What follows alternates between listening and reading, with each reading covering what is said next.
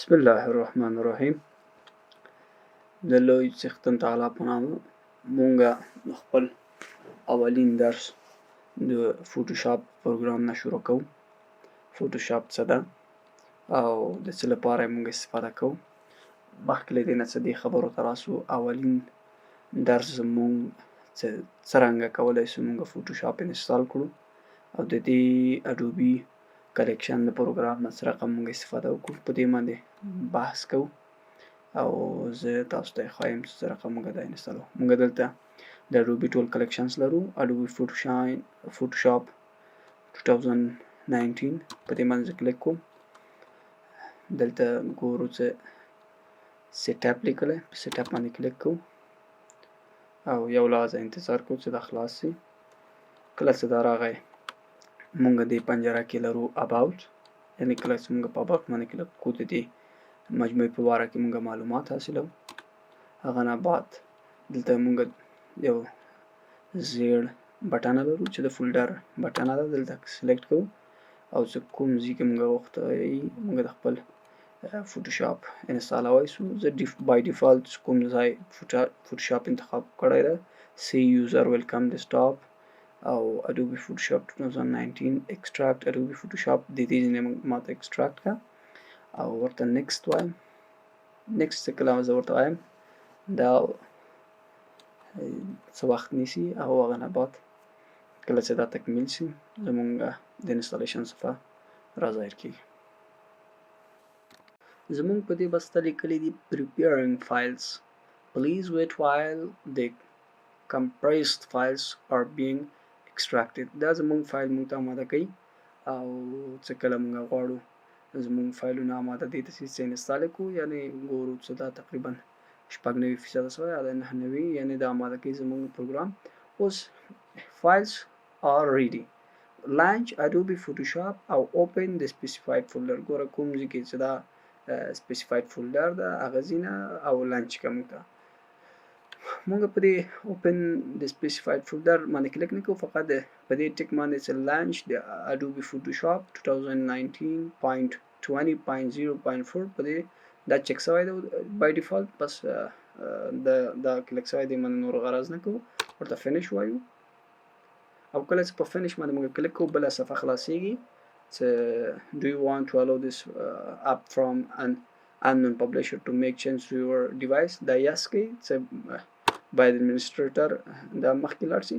اوس دلته چې راځو انسټالیشن لیکلی ده، په دې ځای کې زموږ لنګویج ده چې بای ډیفالت انګلیش سلیکټ کړي. که تاسو کوم بله ژبه غواړئ چې سلیکټ کړئ، مثلا عربي ده، انګلیش، فرانسوي ده، چینایي ده، مختلفې ژبې دي، ترکچه یا ترکي ژبه ده.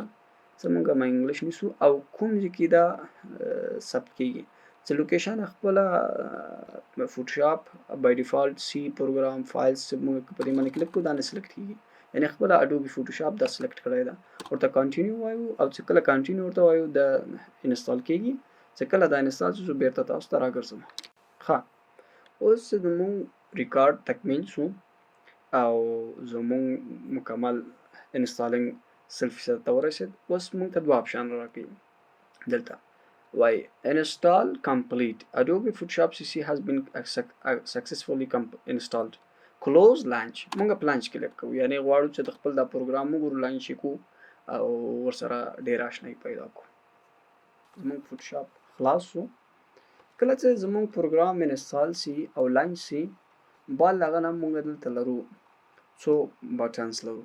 یو کریټ نیو لرو، هغه پروجیکټ چې موږ مخکې له مخکې غواړو چې جوړ کړو او هغه نه استفاده وکړو. اوپن موږ سابقه کوم پروژې باندې څه کار کړی او هغه پروژه موږ سره موجوده وي هغه خلاصولی شو.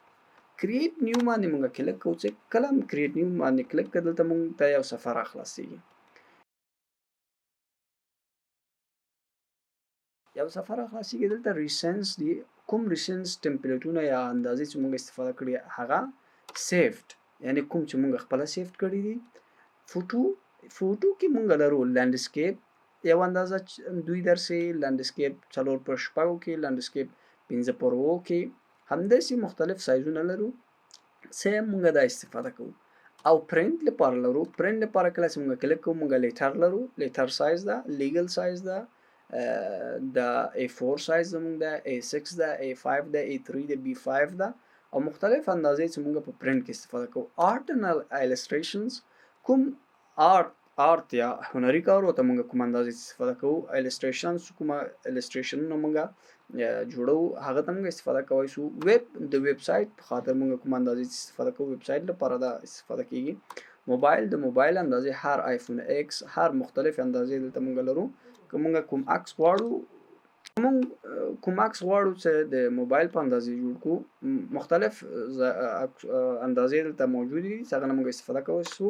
فلم اند ویډیو که څوک غواړي مثلا انیمیشن سازي او د ویډیو په صنعت کې کار وکړي یعنی مونږ د ویډیو په صنعت کې لرو 3GP سایزونه لرو، مثلا MP4 سایزونه لرو، HD لرو، فول HD لرو، 4K تصویرونه لرو.